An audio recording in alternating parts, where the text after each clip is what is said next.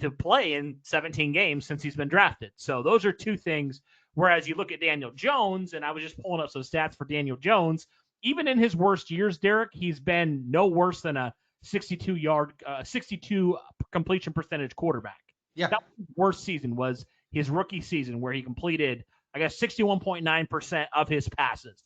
Other than that, he's been over 62% for the majority of his career. So, say what you want about Daniel Jones as a passer, but he's at least been fairly accurate. He's at least been an NFL quarterback caliber. So you look at that, you say Daniel Jones, he's got that athletic ability as well. And he's also a little bit more consistent from a completion percentage wise. Like he can actually hit some of the singles and doubles a little bit more than Anthony Richardson can.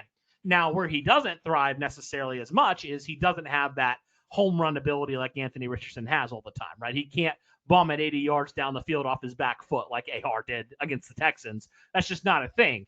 And he hasn't been a great passer anyway. It's not like he's been this great, NFL quarterback either by any stretch, but he's a little bit more consistent, or he has been in his career, probably because also he's played more. He's been more available as well throughout. He's missed some time, but for the most part, he's been a lot more available than Anthony Richardson has through his career. So, there are perks and drawbacks of both guys. And I guess it's just kind of like, what is your taste? Do you want more of a quarterback that's going to be a game manager, that's going to, hopefully just take what the defense gives him a little bit and also has the ability to scramble if need be? Or do you want the kid with the huge ceiling, but potentially the very low floor as well? That's kind of where we're at right now when it comes to both these quarterbacks. Both do things really well. Both really struggle in some areas that are really important to make a good quarterback. So yeah, kind of where we think we sit right now, Derek, with both these guys.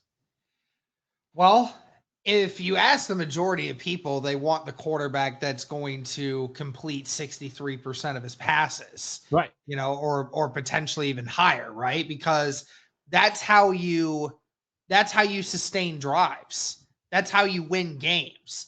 That's how you get yourself in the right position to do stuff like that. Is if you lose out on drives because you can't complete passes, then that puts your defense at a massive disadvantage and it leaves points off the field.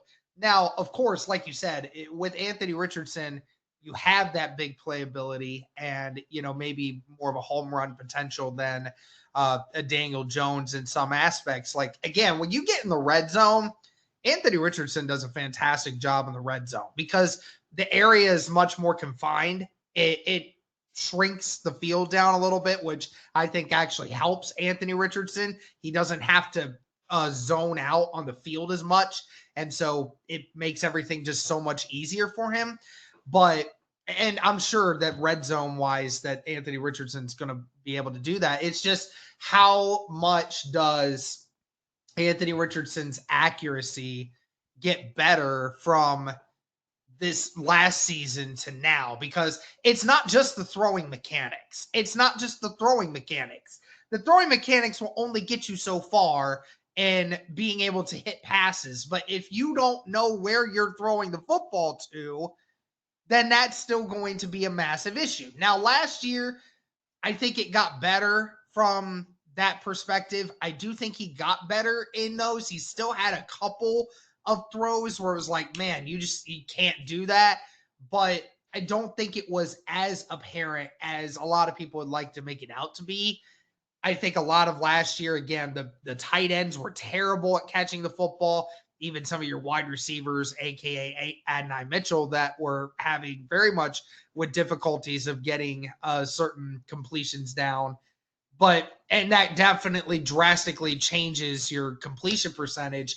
But yeah, if you're going to have an Anthony Richardson season again where he completes 52% of his passes versus Daniel Jones, who has a better offensive line than he ever had, hasn't had a running back as talented as Jonathan Taylor since Saquon Barkley, and has more talented wide receivers now than he ever had in New York, and he completes 64% of his passes, then that's night and day. You're going to take Daniel Jones because you're going to take the guy that's going to complete 12% more of his passes throughout the year than Anthony Richardson.